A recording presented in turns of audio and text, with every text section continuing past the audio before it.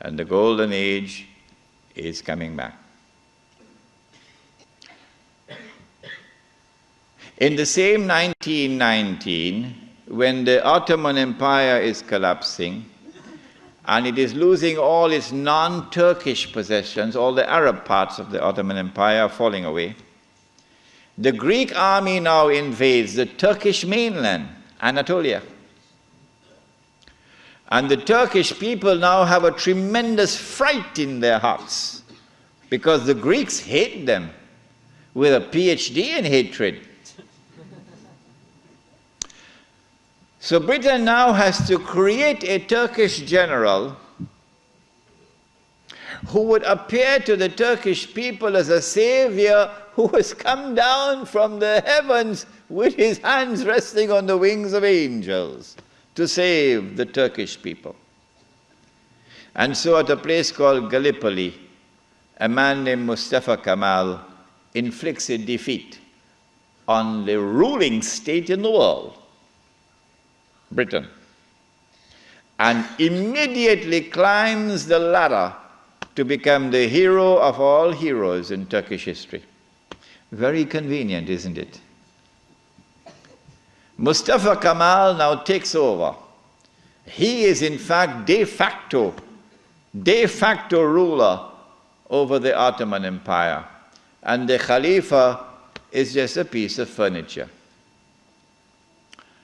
In 1920, I think, or 21, there was a big treaty, negotiations in Versailles, and from this emerged now the Turkish Republic, which replaces the Ottoman Islamic State.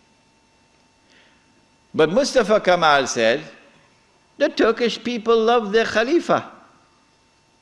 So if Europe could have a pope, why can't we have a pope too? This was simplistic thinking on the part of Mustafa Kemal. If the Europeans could have a pope, well, so too can we. So the new Turkish government of Mustafa Kemal decided to take the Khilafah and remove from it all political authority and make the Khalifa the equivalent of the Pope. This was 1922. And things were going fine for him. Turkish people were happy. Khilafah is still there.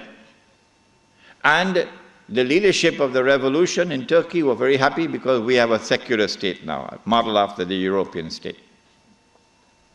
But in 1924, on the 3rd of March, suddenly Britain demanded, of course, this is secret, they wouldn't reveal it, Britain demanded of Mustafa Kemal that he must abolish the Khilafah. The demand came from Britain. And on the 3rd of March 1924, the Turkish Republic abolished the Khilafah. The question we have to ask is, why did they do it when there was no need to do it? Nothing. It represented no threat whatsoever to the secular Turkish Republic. The answer for the abolition of the Khilafah on the 3rd of March 1924 is located in a place called India. But even the Indian scholars of Islam are not aware of it. Even they are not aware of it. When the attack on the Khilafah was taking place in the 1916, 17, 18 period, then Indian ulama, at that time the Indian Muslim community was one of the most influential Muslim communities in the world. And the Indian Muslim community was led by leaders who knew Islam and lived Islam. Men like Maulana Muhammad Ali Jawhar, Maulana Shaukat Ali, Maulana Sayyid Sulaiman Nadwi, Mufti Kifayatullah, men who knew Islam and lived Islam. And they wanted to get rid of British imperial rule in India, so that when they got rid of the British, they could restore Islamic rule over Muslims. That's all they wanted. Get rid of the British, and restore Islamic rule over Muslims. And they realized that they could mobilize the Muslim masses of India over this issue of the Khilafah, because everybody loved the Khilafah. And so they established a movement which they call the Khilafat Movement, Harakatul Khilafah, the Khilafat Movement. When they established the Khilafat movement and it began to mobilize the Muslim masses, the body which was sleeping is now waking up for revolutionary struggle to preserve the Khilafah in Istanbul. The leader of the Hindus realized, but wait a minute, the Muslims want the same thing that we want. We also want, the Hindus, we want to get rid of the British, and we want to restore Hindu rule over the Hindus. So there's a conversion of interest here. So Gandhi, who later became known as Mahatma Gandhi, Gandhi approached the leadership of the Khilafat movement and he said to them, listen, the same thing you want, the same thing I want. So why don't we join forces? Will you allow me to join the Khilafat movement? And guess what the leadership of the Indian Muslims did? It was revolutionary theory on their part, and we praise them tonight. They admitted, they accepted the offer of Gandhi, and they formed an alliance. And so the Khilafat movement in India now became a Hindu-Muslim alliance for the purpose of getting rid of British rule. And then that would replace, that which would replace British rule would be Islamic rule over Muslims and Hindu rule over Hindus. This constituted the most dangerous of all threats that Western civilization have ever experienced in its entire period of colonization of mankind. This Khilafat movement. Because the Western objective was to demolish every existing state structure in the world and replace it with the secular state. So that eventually the secular state could be brought under the umbrella of a League of Nations and eventually a United Nations, and this would be political globalization at work. If the Khilafat movement were to succeed, then one of the most important communities in the world, the Indian Muslims, will escape. Because when the British withdrew, Muslims will be ruled by Islam and Hindus will be ruled by Hinduism. Between 1920 and 1924, the Khilafat movement was building up steam at an alarming rate. And by 1924, the British had calculated, we have to get rid of this Khilafat movement. And the only way we can think of now is to abolish the Khilafat. And so they put the pressure on Mustafa Kemal. As soon as the Khilafat was abolished, the Khilafat movement in India began to lose steam. In the same year that it was abolished in 1924, in that same year, the secularly minded British, in Indian language they call it chamcha, the stooges of the British in India, the brown-skinned Englishmen parading as Muslims, of whom the prince of them all was the grandfather of the present Aga Khan, Karim Aga Khan's grandfather. They now restore an organization called the All India Muslim League. The All India Muslim League is led by men who don't know Islam and don't live Islam. And these are the people who now wage a struggle for the liberation of the Muslims from British rule to be replaced, not with rule of Islam, oh no, but rather by the rule of the secular Republic of Pakistan and the secular Republic of India, so that Pakistan and India could be embraced within the community of secular nation states. But of course you had to put a little red herring to fool the people. So you have to make it appear as though Pakistan is going to emerge as an Islamic state, but that's just dust in their eyes, to fool those who see with only one eye. And so in 1924, on the 3rd of March, the Caliphate was abolished. When the Caliphate was abolished, Sharif al-Hussein realized that he was in grave danger now. So long as there was a Khalifa in Istanbul, the British needed him. But now that the Caliphate was destroyed, abolished, Sharif al-Hussein now realizes the plan. He says, oh my gosh, they're going to send Abdulaziz ibn Saud to cut my throat now.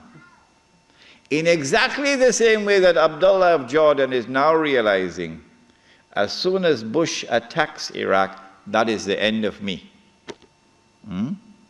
So Sharif al-Hussein decides 4 days later, on the 7th of March 1924, to claim the Khilafah for himself. But when you're a client state of Britain, you can't do that. You have to first apply to the British government for permission to become the Khalifa. He didn't do that. As soon as Sharif al-Hussein claimed the Khilafat for himself on the 7th of March 1924, you're going to get all of this information in that book which is outside, the Caliphate, the Hijaz, and the Saudi Wahhabi nation state. As soon as he did that, Britain gave the green light to Abdulaziz. Attack. Within 6 months, the Saudi army of Abdulaziz ibn Saud conquered Mecca. And Abdulaziz and Sharif Hussein packed his suitcase and off he went. British took him away. This one the Americans will take out of Jordan. And so Abdulaziz ibn Saud is now in control of Mecca and eventually Medina. It's a Saudi Wahhabi alliance. Does he claim the Khilafah for himself now? No. What he does is, as soon as he enters Mecca, in 1924, October, Abdulaziz ibn Saud makes a proclamation, and they're going to hate me for revealing this to you, because nobody remembers it now. The proclamation which he makes is that this land belongs to the entire Ummah. This land belongs to the entire Ummah. I wonder how a Pakistani or a Bengali Muslim will feel when he hears that, and he's been rounded up like dogs, stray dogs, and put on trucks because he's overstayed his visa, while white-skinned Americans and British are treated like princes in the Holy Land. How would a Pakistani or Indian or Bangladeshi feel? This land belongs to the entire Ummah.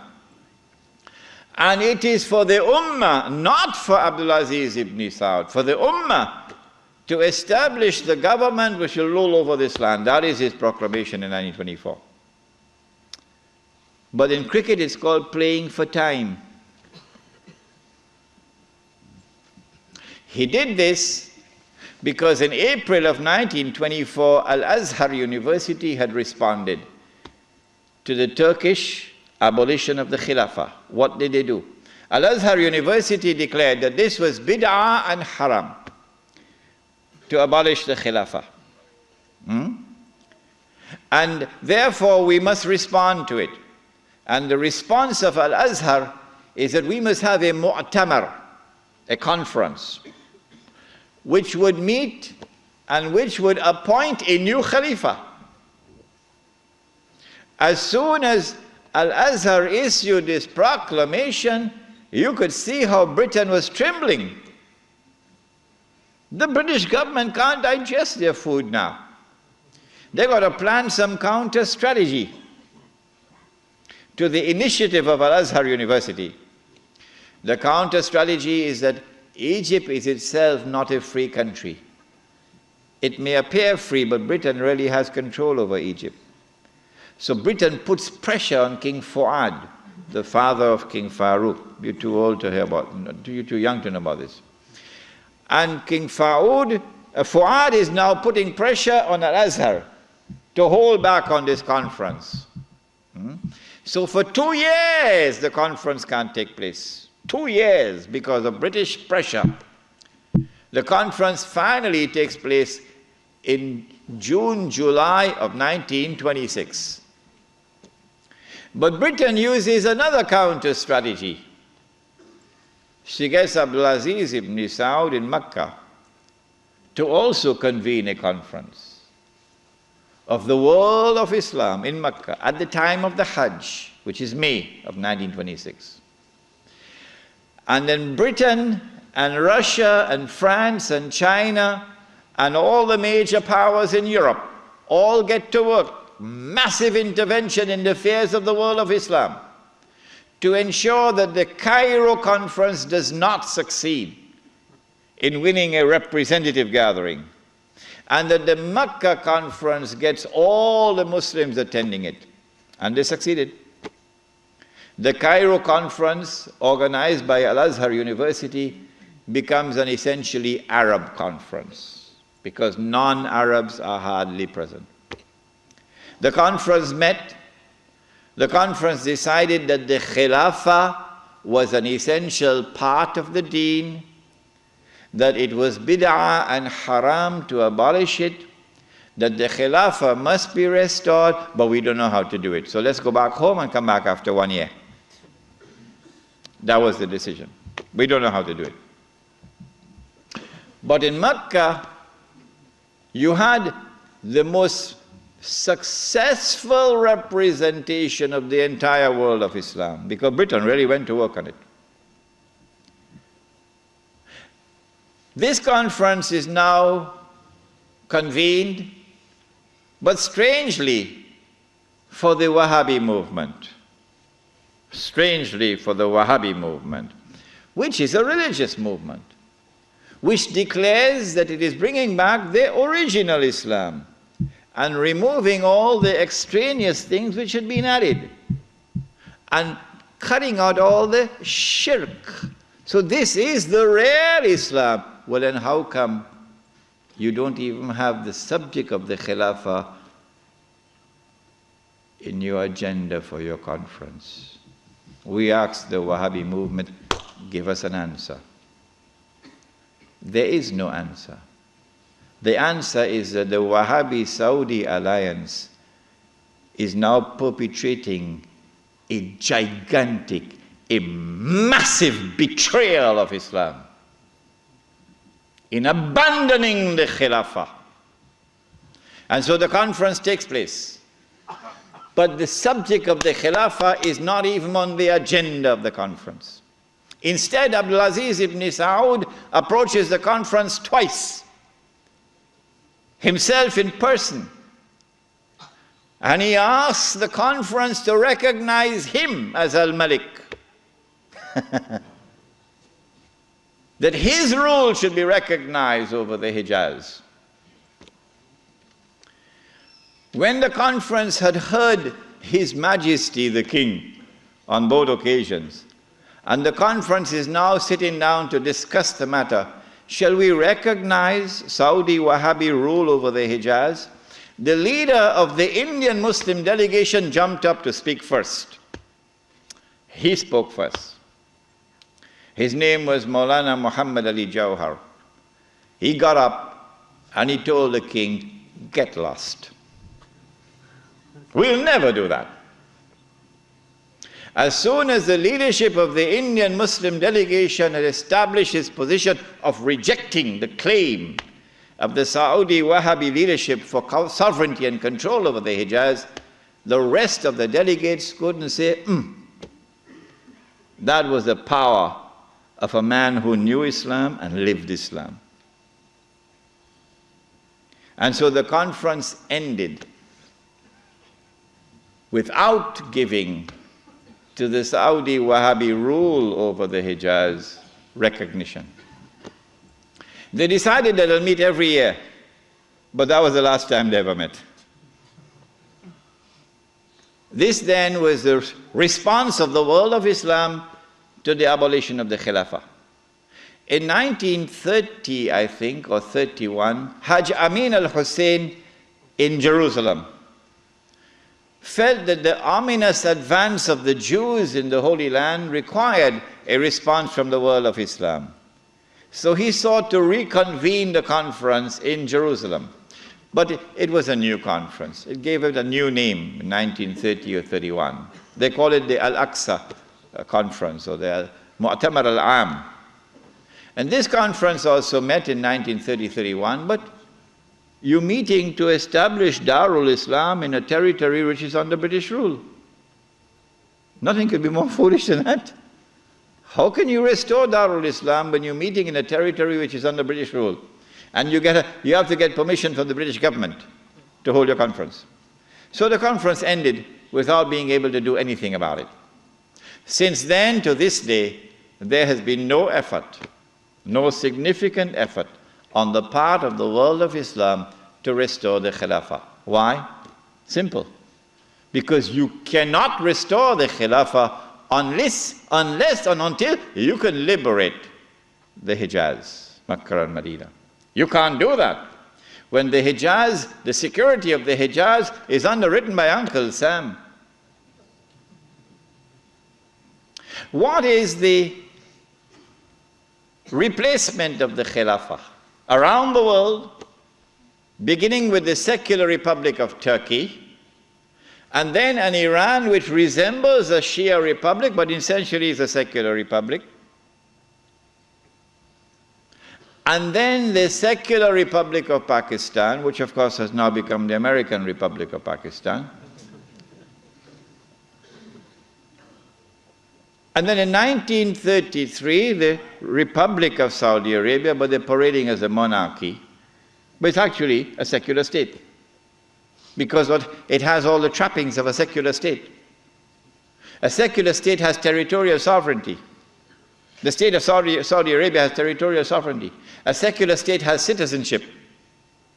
Once upon a time when I went to Mecca, I was Muslim. And the only difference between me and my fellow Muslim who was resident in Mecca was that I was Musafir and he was Sakin. Other than that, we're the same. But now, I am a foreigner. If this is not bid'ah, I should change my name. I am now a foreign national, and they are Saudis. And all the oil that Dajjal discovered underneath the soil belongs to them. They own it. So what about Abdulaziz ibn Saud's proclamation that this entire land belongs to the world of Islam? That's forgotten. That's why they hate me for reminding you of these things. The entire world is now embraced. The entire world of Islam is now embraced by the modern secular state. Now let me say to you before I leave Australia, any Muslim, whenever I talk on two subjects, a lot of people now begin to behave strangely towards me. But while it pains my heart, it will not change me, because I do not teach Islam to please people. I try to do it to please my Lord. When I talk on the subject of riba, some people begin to hate me. Yeah, it doesn't matter. When I talk on this subject also, when a Muslim pledges his allegiance to the modern secular state and to its constitution, which declares that Allah is no longer Al-Malik, no longer Al-Akbar, no longer Al-Hakam. The state is now Al-Malik, Al-Akbar, and Al-Hakam. And the state can make halal what Allah made haram. when a Muslim pledges his allegiance. You've got to do that to get citizenship. Oh yeah, can't get a US passport without pledging allegiance. When you do that, you commit shirk. If you don't believe me, no problem, no problem. When you reach the grave, then you will see. When a Muslim goes and votes in the elections to constitute the government which will preside over this shirk, you enter into shirk. But if you don't believe me and you want to go and vote in the elections, I am not stopping you. So don't let there be any bad blood between us. I'm not stopping you. But when you enter in the grave and you find that you've entered into shirk, do not plead ignorance, that's all. Stand up like a man and take it on that day. This is now the universal shirk that the Prophet ﷺ had prophesied. He said the time would come when shirk will be everywhere, be so difficult to recognize it. However, as difficult as it would be to recognize a black ant on a black stone on a dark night. So if you did not recognize it before this lecture, don't be surprised, but now you know. This universal secular state is now used to embrace all of mankind, including the world of Islam, in political globalization. So that eventually you have one government over all of mankind, eventually the Jews will now rule the world using that structure. That's about to happen. We already made significant progress towards that day. When you read this book, Jerusalem in the Qur'an, which I believe is the first and only book on the subject, because you couldn't write this book before 1948. Nobody could write it before 1948. Not in 1400 years of this history. In fact, it was difficult to write this book in 1948. It's easy to write it now, but difficult to write it at that time. When you read this book, then you'll understand why it is, I say, that we are now located at that moment in time when one ruling state is about to give way to another, that the state of Israel is about to replace the United States as the ruling state in the world. When Israel takes over from the United States with that big war which is about to take place, and the American economy collapses and the US dollar collapses and all the paper money in the world collapses, and this is going to be my lecture next Wednesday, inshallah, on Islam and the international monetary system, please come to it. Then we see that transfer of power. Israel takes control of the oil, for example, of the Middle East. When Israel becomes the ruling state in the world, then the Jews will say, the golden age has come again. The prophecy is being fulfilled. But they're being deceived in the grandest and most magnificent deception mankind has ever witnessed. No, this is not the golden age. You've been deceived by Al-Masih ad-Dajjal. Israel will rule the world for a day which is like a week. If you disagree with me, you say, we never heard this before. Our sheikhs who taught us Islam, they never talked about this, so you must be wrong. My response is wait and see. That's all. I don't have to say anything more than that. How long will a day which is like a week last? How long? How long will Israel rule the world? And what will be our predicament during that time? This is what I spoke about last night. You cannot establish Islam at the macro level, so go ahead and establish at the micro level. The jihad is already in force to liberate the Holy Land. No one can stop that jihad. No one can stop it. The jihad is already in force to liberate the territory from where the army will come, from Khorasan. No one can stop that jihad. When you see that army coming from Khorasan, the Prophet said, go and join that army, even if you have to crawl over ice. Because no one will be able to stop that army until it reaches Jerusalem. When a day which is like a week has come to an end, and we will know that because the water in the Sea of Galilee would have dried up. That is the time when these events are now going to take place. The advent of Imam al-Mahdi, Dajjal appearing in a day which is like our day, so we'll see him as a Jew, etc., and the Son of Mary coming down. There are some of you who have become a bit uncomfortable with my statement that I said it would be perhaps within the next 50 years. And I went on to say, I can be wrong. If this statement is uncomfortable to you, I can make another statement which means exactly the same thing. Exactly the same thing. I can say that I expect the Sea of Galilee to dry up in about 50 years. I hope you'd have no objections to that. Huh? But it's the same thing. Because it is when the water in the Sea of Galilee dries up that the Son of Mary will come back down. Go and read your Sahih Muslim. It is at that time, and go and notice the water level in the Sea of Galilee now.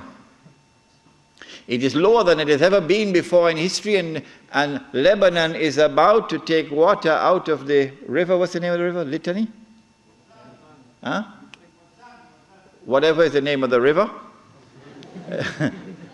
Lebanon is about to take water out of that river, and Israel is saying, if you do that, we're going to wage war against you. Why? Because that water runs into the Sea of Galilee. Yes. And so the hadith of the Prophet Muhammad ﷺ is now moving to center stage. If I say 50 years, and if I say I can be wrong, at least I'm giving you a wake-up call. A wake-up call that you're living in the age of the countdown. So don't be fighting each other over chicken feed. That's what you're doing. In South Africa in particular, the ulama fighting with each other. Sectarian conflicts over chicken feed. While this hugely important subject is so far away from them, it is unbelievable. When the water in the Sea of Galilee is drying up, and the state of Israel has ruled the world for a day which is like a week, then in Sahih Muslim we are told, a Muslim ruler will die and there will be disagreement concerning succession. And then a man is going to come out of Mecca. His name will be my name and his father's name will be my father's name, said the Prophet ﷺ. He'll have a broad forehead and a large nose. And he'll be known as Al-Mahdi. And he'd hurry from Medina to Mecca. As he approaches Mecca, people are going to come out to him, so this has to be a well-known person. Not some obscure non-entity, a well-known person. When the people of Mecca come out to him, they'll force him to accept the bay'ah, the oath of allegiance which legitimizes the leadership of the Amir al-Mu'mineen, bay'ah. He will accept the bay'ah at the Kaaba and then proclaim himself to be Al-Mahdi. It is only then that you would know that Al-Mahdi is here. So stop asking these foolish questions. Is he born already? Is he in Lebanon? Or maybe in Indonesia? That's foolishness. Al-Mahdi cannot emerge until Israel has become the ruling state in the world. Al-Mahdi cannot emerge until Dajjal has completed his mission. Al-Mahdi cannot emerge until the state of Israel has ruled the world for a day which is like a week. Al-Mahdi cannot emerge until the water has dried in the Sea of Galilee. So stop these foolish questions. He proclaims himself to be the Mahdi. There are going to be eclipses of the sun and the moon that month. But there have been eclipses of the sun and the moon in the past. But after he proclaims himself Al-Mahdi, he's going to be attacked from an army, with an army from Sham. That army comes down to the south, and armies are under the control of governments.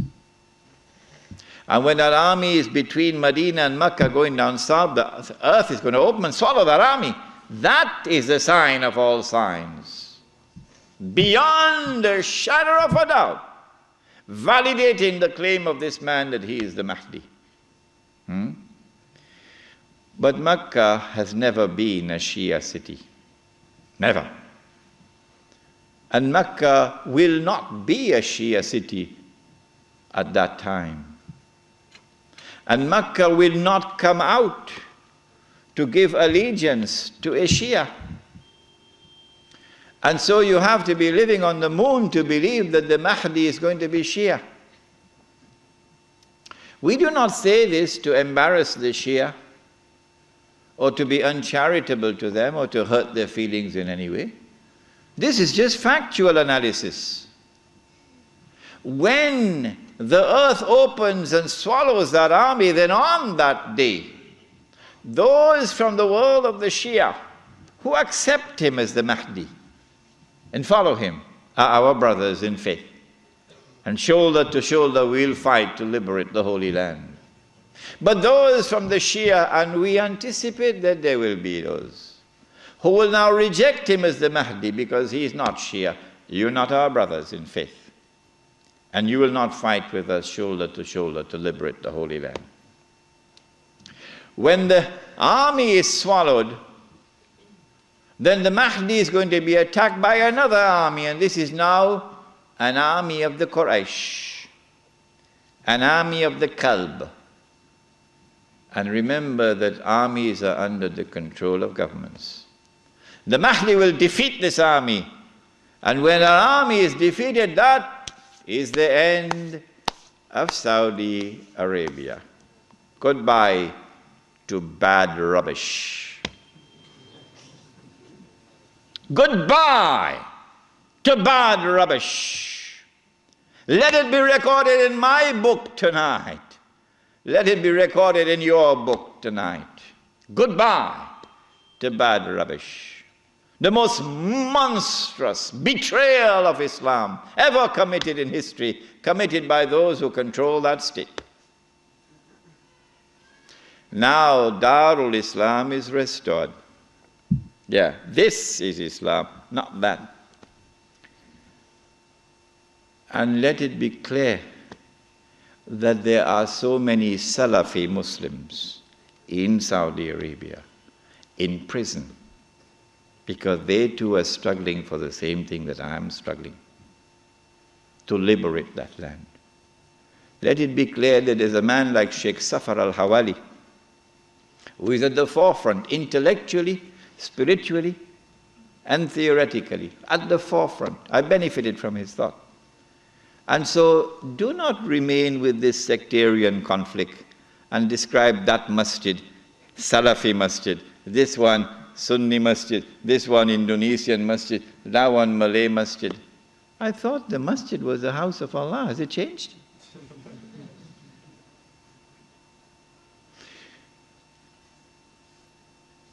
When Darul Islam is restored in the Arabian Peninsula, this is now the most dangerous and potent of all threats to the state of Israel. Dajjal will now attack. He's now in a day which is like our day. And so we'll see him, a Jew, a young man, powerful, built, curly hair. But I'm not saying anything about his eyes because you understand the hadith about the eyes now. The Prophet ﷺ pointed his hands to the east 20 times. And he said he's going to come from the east.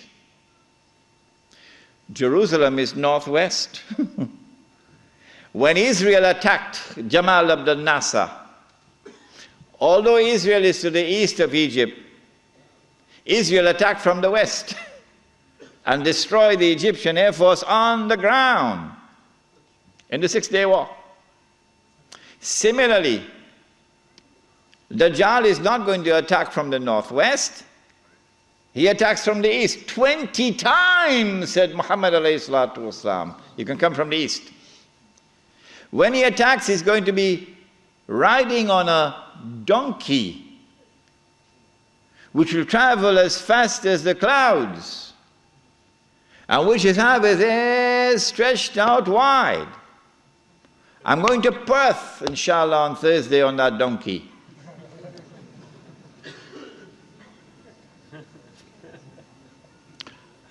And so we're talking about fighter aircraft. And east of Medina and Mecca is the Saudi Air Force Base, which is now also an American Air Force Base in Dhahran. As they attack Mecca and Medina, the angels defend Mecca and Medina. This is there in Sahih Muslim. And the attack is diverted to Damascus. And then the confrontation takes place. Dajjal is outside and the Imam is inside the masjid. And now history repeats itself. The Jews are rubbing their hands. We got them now. There's no escape. We got them. We have them in our sights now. As someone else was rubbing his hands, as his army was approaching them, and in front of them was the sea, and behind them is the army, and they're rubbing their hands. We got them now. Who was he? Fir'aun. And so history repeats itself. But at the last moment, Allah subhanahu wa ta'ala says to Musa alayhi salam, take your rod and strike the water. And then the divine intervention took place, the miracle. And the believers were saved. وَإِذْ فَرَقْنَا بِكُمُ الْبَحْرِ فَأَنْجَيْنَاكُمْ وَأَغْرَقْنَا آلَ فِرْعَوْنَ وَأَنْتُمْ تَنْظُرُونَ. Now history repeats itself. As the Jews are rubbing their hands, we've got them now, we've cornered them. At that last moment, history repeats itself. The son of Mary comes down with his hand resting on the wings of two angels. The first time he came, Allah raised a man. And when the Messiah came, he came in front of that man. And that man said, here he is, this is the man you've been waiting for, this is the Messiah. Who was that man? Yahya alayhi salam. So this is a divine method for positive identification. But Ibn Khaldun, may Allah bless him and have mercy on his soul, that great scholar, we are not fit to clean his shoes. Ibn Khaldun did not understand this. And Muhammad Iqbal, that great scholar, we are not fit to clean his shoes. But Muhammad Iqbal did not understand this. And so many other scholars have not understood it. And they rejected all the ahadith on Mahdi as fabricated. Ibn Khaldun did it and everybody else followed him. But now history repeats itself. The divine method of positive identification is repeated. As the son of Mary comes down in the masjid, Imam al-Mahdi says, here he is, this is the son of Mary. And history repeats itself. May Allah forgive Ibn Khaldun. And then the son of Mary responds and identifies himself. Imam asks him, you lead the salat. He says, no, you are the Imam, you lead. After the salat, then the confrontation takes place between the false Messiah and the true Messiah. And the false Messiah is killed. And then Gog and Magog are destroyed. The Sea of Galilee is dry. And after Gog and Magog are destroyed and Dajjal is killed, now the state of Israel is without any support. Now it's going to be a level battlefield. A level battlefield.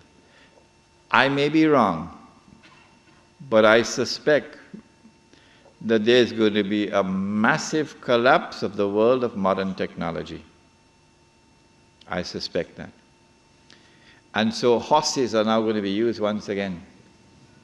Yeah. The army now comes out of Khorasan, and that army attacks and destroys the state of Israel. The first time it was a Babylonian army. The second time it was a Roman army. And after the Roman army destroyed them and threw them out of the land, Allah said, وَإِنْ عُدْتُمْ عُدْنَا وَإِنْ عُدْتُمْ عُدْنَا.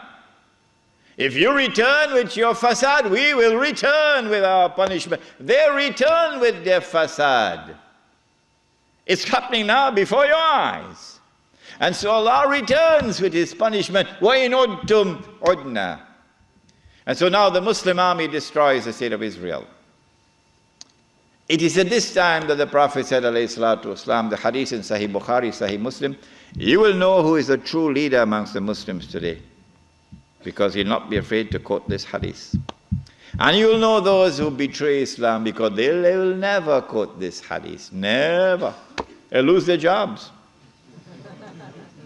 لَتُقَاتِلُنَّ الْيَهُودِ وَلَتَقْتُلُنَّهُمْ حَتَّى يَقُولُ الْحَجَرُ يَا مُسْلِمْ هَذَا يَهُودِيٌّ وَرَائِي فَتَعَالَ فَاقْتُلْ. If you're 17 years of age tonight, this is music in your heart. Yeah. If the beard is gray, well, things are not the same anymore. You will most certainly fight the Jews. And you will most certainly kill them. And at that time the stones will speak. Muslim, there's a Jew hiding behind me. Come and kill him. And so the Holy Land is liberated. This ends the subject of Imam al-Mahdi and the return of the Khilafah. What happens after that, we'll pick up in our subject on Jerusalem in the Qur'an, which will be on Monday night.